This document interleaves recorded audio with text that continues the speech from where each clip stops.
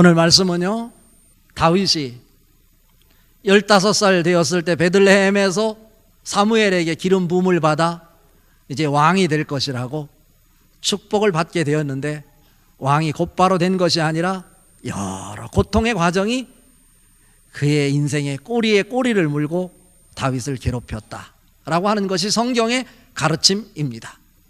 그런데 BC 1010년에 사울이 길보아 전투에서 블레셋 군대에게 죽임을 당하게 돼요. 사울이 목베임을 당해서 죽게 되는 거야. 사울의 두 아들도 그 전쟁에서 같이 죽었어요. 이런 상황 속에서 이제 이스라엘의 미래가 어두운 거죠.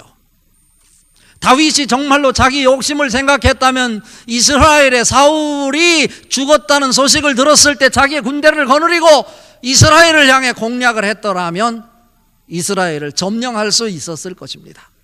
그런데 다윗은 사울의 죽음을 기뻐하지 않았습니다. 비록 자기를 죽이려고 끊임없이 음모를 꾸몄던 사울이었지만 사울 왕의 죽음에 대해서 애도하며 가슴을 치며 옷을 찢으며 가슴 아파했습니다. 그리고는 그가 헤브론이라고 하는 예루살렘에서 남쪽으로 약 38km 떨어진 조그만 도시에서 유다 지파를 중심으로 해서 헤브론의 왕으로 기름 부음을 받게 됩니다.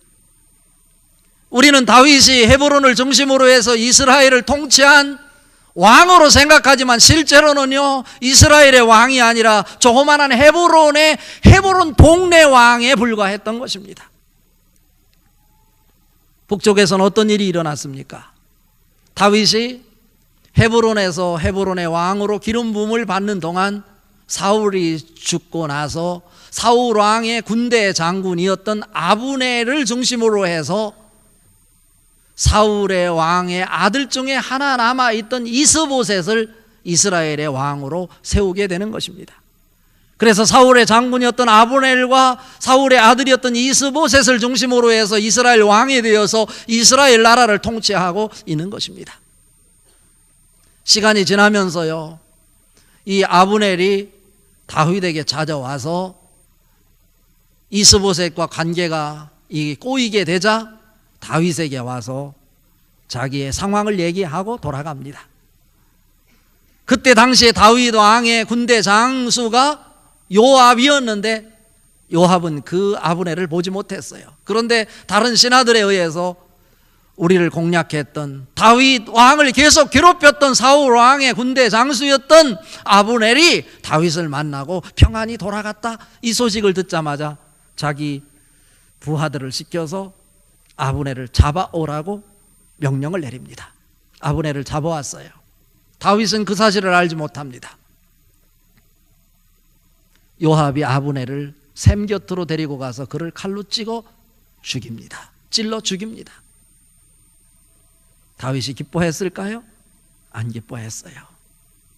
자기를 모르게 아브넬을 칼로 찔러 죽인 요압에게 이 죄는 나에게 없다, 이것은 요압과 요압의 자손에게 돌아갈 것이다 라고 말하면서요, 아브넬의 죽음에 대해서 애도하면서 시를 써서 자기의 슬픔을 표현했는데 그것이 사무엘하 3장 33절 34절에서 기록하고 있습니다. 나는 다윗의 마음을 지금 말하고 싶은 거예요. 이 소식을 들은 이스라엘의 왕 이스보셋이 다리가 풀렸다, 이렇게 성경은 기록하고 있습니다. 그런데 이스보셋이 더운 날 낮에 자기의 방에서 침대에 누워 있는데 자기의 신하였던 레갑하고 바하나라고 하는 두 신하가 잠자고 있는 이 이스보셋 왕을 칼로 찔러 죽입니다. 그리고는 도망갔다가 다시 와서 그 이스보셋 왕의 목을 칼로 찔러 목을 베어가지고 헤브론에 있는 다윗에게 달려옵니다. 아마 다윗을 괴롭혔던 이 사울 왕의 아들 이스라엘의 왕 이스보셋이 죽임을 당한 것을 보고 다윗이 기뻐할 줄 알고 그 이스보셋 왕의 목을 잘라 다윗에게 달려왔어요.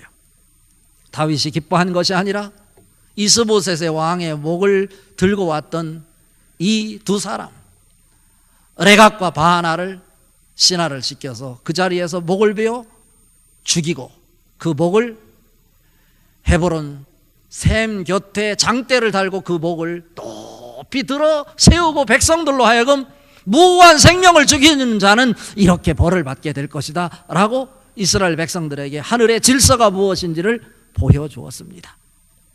다윗이 오해를 받을 만합니다.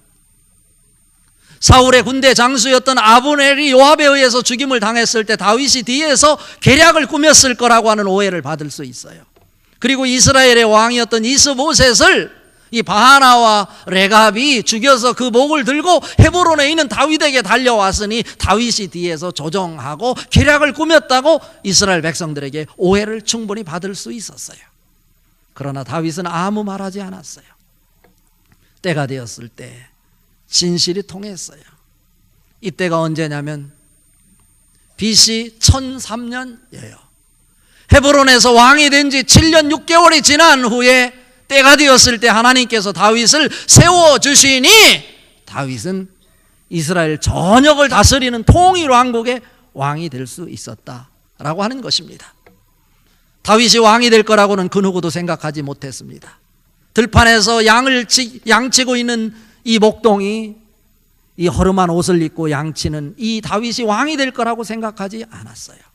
그런데 때가 되니 하나님의 영적 질서 속에 다윗을 세워서 이스라엘 전역을 다스리는 통일 왕국의 왕으로 세워주셨다라고 하는 것입니다. 오늘 다윗이 왕으로 세움을 받는 장면을 오늘 본문이 소개하고 있는 것입니다. 그 과정을 저는 지금 설명을 하고 있는 것입니다. 다윗이 어떤 과정을 통해서 왕이 됐는지, 그의 인생에는 아픔이 있었고 누명이 있었고 고통이 있었고 어둠이 있었고 인생을 내려놓고 싶은, 포기하고 싶은 이런 상황도 얼마든지 있었는데 다윗은 한숨을 쉬지 않았다라고 하는 거예요. 누구를 원망하거나 불평하지도 않았습니다. 묵묵히 어려운 상황 속에서도 힘이 들면 힘들수록 하나님을 더 의지하는 모습이 다윗에게 있었는데 그 모습을 보고 하나님께서 다윗의 믿음 따라 그를 때가 되매 이스라엘 전역을 다스리는 통치자로 세워주셨다라고 하는 것입니다. 오늘 다윗은 본문에서 하나님이 자기를 통해서 일하시는 이 모습을 보고 있는 것입니다. 그곳에 믿음의 아름다움이 있는 것입니다. 다윗은 고백합니다. 그러나 나의 나 된 것은 하나님의 은혜로 된 것이니, 바울의 고백을 하고 있는 것입니다. 내게 주신 그의 은혜가 헛되지 아니하여 내가 모든 사도보다 더 많이 수고하였으나 내가 한 것이 아니 오직 나와 함께 하신 하나님의 은혜로라. 이렇게 고백합니다. 바울이 고백하죠. 디모데전서 1장 12절 13절에서 말합니다. 나를 능하게 하신 그리스도 예수 우리 주께 내가 감사함은 나를 충성되이 여겨 내게 직분을 맡기심이니 내가 전에는 비방자요 박해자요 폭행자였으나 도리어 긍휼을 입은 것은 내가 믿지 아니할 때 알지 못하고 행하였습니다. 이런 고백을 지금 하고 있는 것입니다. 다윗이 이렇게 위대하게 그 누구도 감당하지 못했던 일을 감당함으로 이스라엘 전체를 다스리는 통일 왕국의 임금이 될 수 있었던 것, 어떻게 가능할 수 있었을까? 다윗은 말합니다. 하나님의 은혜가 아니고는 설명할 수 없다고 말입니다. 여러분 인생에도 이러한 하늘의 축복이 여러분의 믿음을 통해서 만들어질 수 있기를 바랍니다. 이것은 축복입니다. 오늘 말씀을 통해서 우리가 붙잡아야 될 메시지가 있는데 세 가지인데요. 첫 번째로는 하나님이 함께 하시니 사람들이 찾아온다 입니다. 두 번째로는 하나님이 함께 하시니 소통과 인간관계가 회복된다 입니다. 세 번째는 하나님이 함께 하시니 강력한 리더십으로 활동 영역이 넓혀진다라고 하는 것입니다. 차례대로 이 세 가지의 축복이 여러분에게 임할 수 있었으면 좋겠습니다. 어떤 문제든지 관계없습니다. 우리 인생은 굴곡이 있는 거고 어둠이 있는 거고 아픔이 있을 수 있는데 그 상황 속에서 하나님이 함께 하시니 원수들이 다윗에게 몰려와 무릎을 꿇게 되더라. 이런 것입니다. 차례대로 주어진 시간을 통해서 말씀을 전하며 은혜를 받으려고 합니다. 첫 번째로, 하나님이 함께 하시니 사람들이 찾아온다입니다. 오늘 읽은 말씀 1절 말씀 같이 읽어봅니다. 이스라엘 모든 지파가 헤브론에 이르러 다윗에게 나와 이르되 보소서 우리는 왕의 한 고륙이니이다 입니다. 이스라엘의 모든 지파가 헤브론에 있는 다윗에게 찾아왔다라고 성경은 기록하고 있습니다. 다윗은 여전히 헤브론의 조그만한 지역의 헤브론의 유다 지파를 중심으로 유다 지파를 이끄는 왕에 불과했습니다.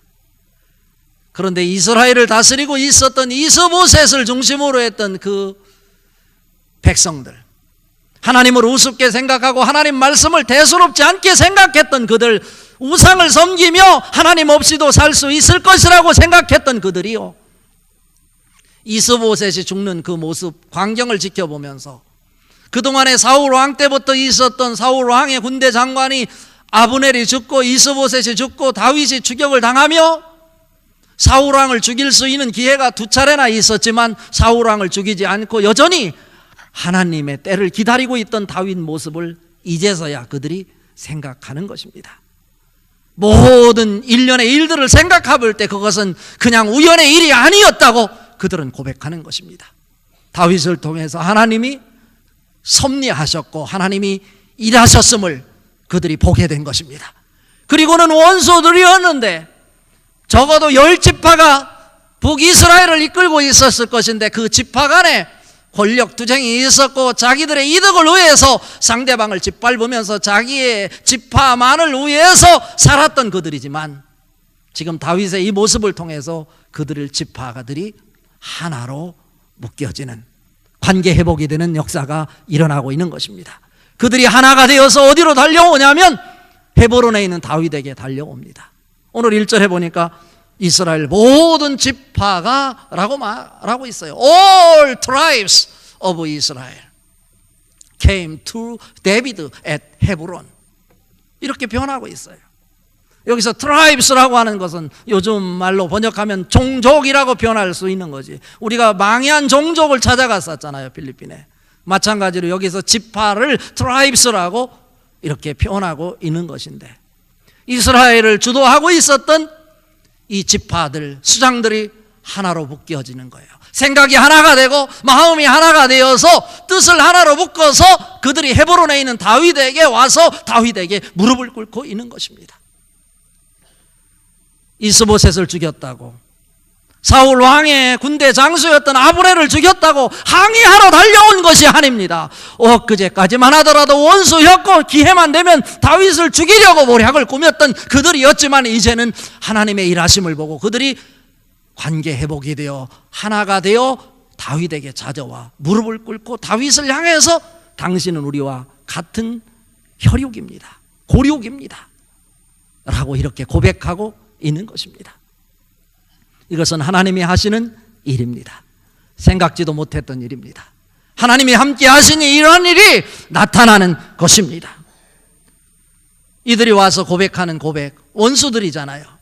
이스라엘을 지배하고 있었고 다윗을 기회만 되면 죽이려고 음모를 꾸몄던 그들인데 그들이 마음이 하나가 되어 하나님이 다윗과 함께 하시니 그들 마음을 움직였고 그들이 힘을 합쳐서 연합하여 헤브론에 달려와서 다윗 앞에 무릎을 꿇고 있는 것입니다. 그들이 와서 고백하기를 다윗은 한 고륙입니다. 그리고 말합니다. 사울 왕이 통치할 때도 이스라엘을 승리로 이끌고 싸움에서 승리를 만들어낸 사람은 사울이 아니라 다윗입니다. 그리고 또 하나 고백이 있어요. 사울이 왕이었을 때도 하나님께서는 다윗이 이 나라의 왕이 될 것이라고 말씀하셨습니다. 다윗에게 원수들이 고백하고 있는 것입니다. 다윗은 군사력을 사용하지 않았습니다. 하나님 손에 모든 걸 맡기고 하나님 때를 기다렸습니다. 이것이 바로 성경은 믿음이라고 말하는 것입니다. 어려움이 있었고 자기의 이성으로 설명할 수 없는 불가피한 상황임에도 불구하고 자기 생각을 말하지 않고 자기 입장을 표명한 것이 아니라 하나님의 섭리가 있겠구나, 하나님이 일하심이 있겠지, 그때를 기다리고 하나님의 역사하는 날이 있을 것을 바라보고 받아들이는 태도를 우리는 믿음이라고 말할 수 있는 것입니다. 히브리서 11장 1절에 말씀합니다. 믿음은 바라는 것들의 실상이요 보지 못하는 것들의 증거니 선진들이 이와 같이 증거를 얻었느니라 말씀하고 있습니다. 다윗은요, 불가피한 상황 속에서도 자기의 주장을 말하지 아니하고 불평하고 원망한 것이 아니라 하나님이 일할 수 있도록 하나님에게 불가피한 상황 속에서 시간을 내드렸고 공간을 내드림으로 하나님이 역사할 때를 기다린 모습이 다윗에게서 오늘 보인다 이것입니다. 어떻게 그런 일이 일어나겠어요? 하나님이 함께 하시니 입니다. 요한복음 16장 32절 33절에 보면 이렇게 말씀합니다. 예수께서 하시는 말씀입니다. 보라, 너희가 다 각각 제 곳으로 흩어지고 나를 혼자 둘 때가 오나니 벌써 왔도다. 그러나 내가 혼자 있는 것이 아니요 아버지께서 나와 함께 계시느니라. 이것을 너희에게 이르는 것은 너희로 내 안에서 평안을 누리게 하려 함이라. 너희가 세상에서는 환난을 당하나 담대하라. 내가 세상을 이기었노라 말씀하고 계십니다. 요한일서 4장 4절에서 말씀하십니다. 자녀들아, 너희는 하나님께 속하였고 또 그들을 이기었나니 이는 너희 안에 계신 이가 세상에 있는 자보다 크심이라 말씀하고 있습니다. 여러분은 하나님의 사람입니다. 여러분 안에 하나님이 계십니다. 여러분 안에 계신 분이 세상에 있는 자보다 크십니다. 여러분 안에 계신 그 하나님이 여러분을 통해서 일하실 것입니다. 일하시도록 시간과 공간을 내어드리는 여러분 될 수 있기를 바랍니다. 때가 되면 여러분의 원수들이 관계를 회복하고 그들이 몰려와 하나님의 권위 앞에 굴복하게 될 것입니다. 또 하나의 메시지가 있습니다. 하나님이 세워주시니 소통과 관계 회복이 이루어진다입니다. 자, 오늘 읽은 말씀 2절 3절 같이 읽습니다. 전에 곧 사울이 우리의 왕이 되었을 때에도 이스라엘을 거느려 출입하게 하신 분은 왕이시었고 여호와께서도 왕에게 말씀하시기를 내가 내 백성 이스라엘의 목자가 되며 내가 이스라엘의 주권자가 되리라 하셨나이다 하니라. 이에 이스라엘 모든 장로가 헤브론에 이르러 왕에게 나오매 다윗 왕이 헤브론에서 여호와 앞에 그들과 언약을 맺음에 그들이 다윗에게 기름을 부어 이스라엘 왕으로 삼으니라입니다. 이제 드디어 다윗이 원수들 손에 의해서 이스라엘 왕으로 세움을 받게 된 것입니다. 오늘 1절과 3절에서 1절에서는 모든 이스라엘 지파들이 헤브론에 있는 다윗에게 찾아왔다. 그리고 3절에는 장로들이 이스라엘에 있는 장로들이 헤브론에 있는 다윗에게 찾아왔다라고 표현하고 있어요. 1절에서 소개하고 있는 모든 지파의 수장들은 정치적 지도자를 얘기하는 것입니다.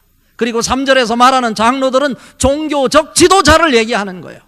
이때 이스라엘에서 원수였던 그들이 수장들이 다윗을 통해서 하나님이 일하심을 보고 하나님이 다윗과 함께 하시니 그들이 다윗에게 찾아와서 다윗에게 기름을 붓고 왕으로 세우는 이 의식을 행하는 이 사건을 통해서 하나님의 역사가 대단하다, 이런 걸 우리는 느끼는데, 이스라엘에서 헤브론에 다윗을 찾아온 이 정치적 지도자 그리고 종교적 지도자의 수가 학자들의 연구 결과에 의하면 35만 명 정도 된다고 그럽니다.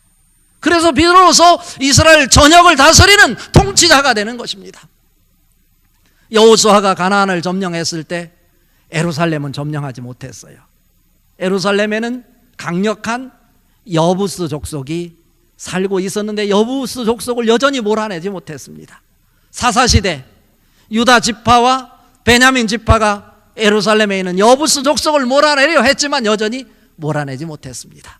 그래서 예루살렘이 이스라엘의 중심 지역인데 그곳을 차지하지 못했기 때문에 여러 면에서 불합리한 상황 속에서, 불리한 조건 속에서 나라를 다스릴 수밖에 없었습니다. 그런데 오늘 본문에 하나님이 다윗과 함께 하심에 여부스 족속이 거주하고 있었던 예루살렘에 여부스 족속을 물리치게 되고, 여부스 족속이 머물고 있던 예루살렘에서 이스라엘의 수도로 세우고 헤브론에서 통치하던 그 통치 자리를 예루살렘으로 옮겨 예루살렘을 다윗성이라 이름을 바꾸고 그곳에 하나님의 성전을 세우는 역사를 이루게 하는 것입니다. 하나님의 중심의 도시가 된 것입니다.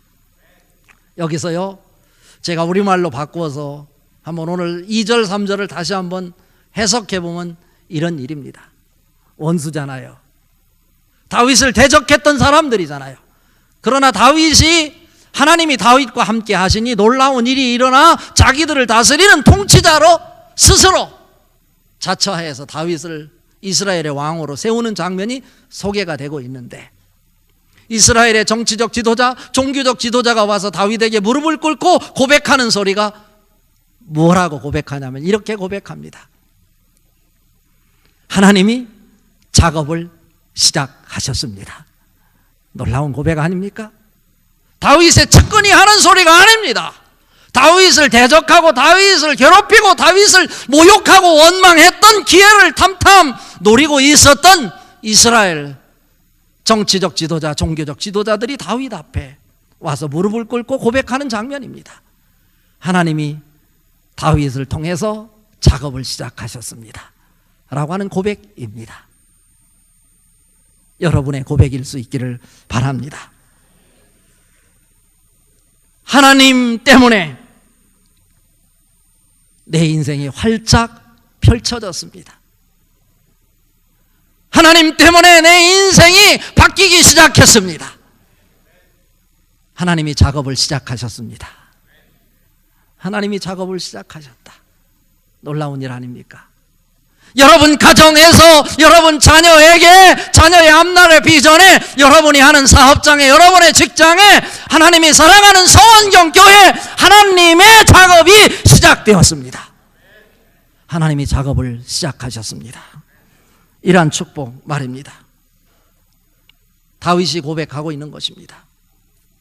예수님이 이 땅에 오신 일도 바로 이런 것 아닐까요? 자기가 사회적 지위는 있었는지 모르지만 영으로 채워지지 않아 텅 빈 가슴으로 피폐한 인생을 살아가고 있었던 삭개오에게 예수님 찾아오셔서 그에게 참다운 기쁨이 뭔지, 하나님으로 채워질 때, 영으로 채워질 때 기쁨이 있는 것이다 가르쳐 주셨어요. 아들 하나 바라보고 살았던 나인성의 과부, 청년 시절에 아들이 죽고 말았어요. 그 인생 끝난 거 아닙니까? 처절한 심정으로 아들을 장례 지내기 위해 관을 메고 나인성 그 마을을 빠져나가고 있을 때 예수님께서 여지없이 그곳에 나타나셔서 관에 손을 대시고 나인성 과부의 심정을 헤아리시고 그 아픈 가슴 위에 청년아 일어나라 할 때 관이 열렸고 관 속에 있던 청년이 일어나서 그 여인에게 소망을 안겨주고 하늘의 기쁨이 무엇인지를 보여준 자가 바로 예수 그리스도입니다. 그 여인이 시간을 내드리고 공간을 내드릴 때 하나님은 여지없이 찾아오셔서 불가피한 상황을 기쁨과 소망으로, 관계 회복으로, 치유의 역사로 만들어내시는 분이 하나님이시고 예수 그리스도이십니다. 1차적으로는 여러분 심령 속에 하나님의 작업이 시작되기를 바랍니다. 하나님 때문에 내 가정이 변화가 되고 있습니다. 막혔던 문제가 풀리고 있습니다. 길이 열리는 것이 보입니다. 오늘 다윗은 하나님이 작업을 시작하고 계시는 것이 보이는 것입니다. 그런 축복이 여러분에게 넘쳐날 수 있기를 주님의 이름으로 축복합니다.